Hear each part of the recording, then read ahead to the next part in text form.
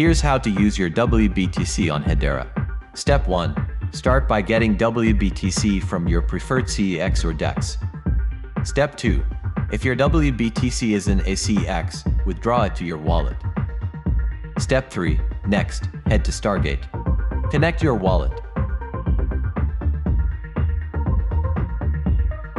Select WBTC and bridge it to Hedera.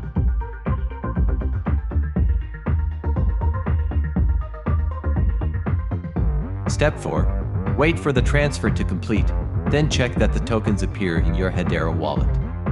Step 5. Open SaucerSwap and connect your Hedera wallet. You can now start using WBTC on Hedera in DeFi.